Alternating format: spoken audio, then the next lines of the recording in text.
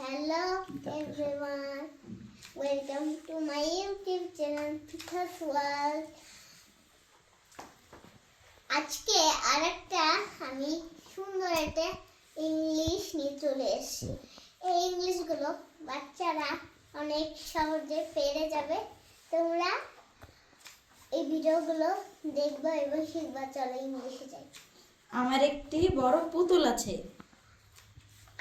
I have a big doll. আমার একটি লাল কলম আছে। I have a red pen. আমার একটি কালো পেন্সিল আছে। I have a black pencil. আমার একটি ভালো মোবাইল আছে। I have a good mobile. আমার একটি নতুন কম্পিউটার আছে। I have a new computer. আমার একটি হলুদ বই আছে।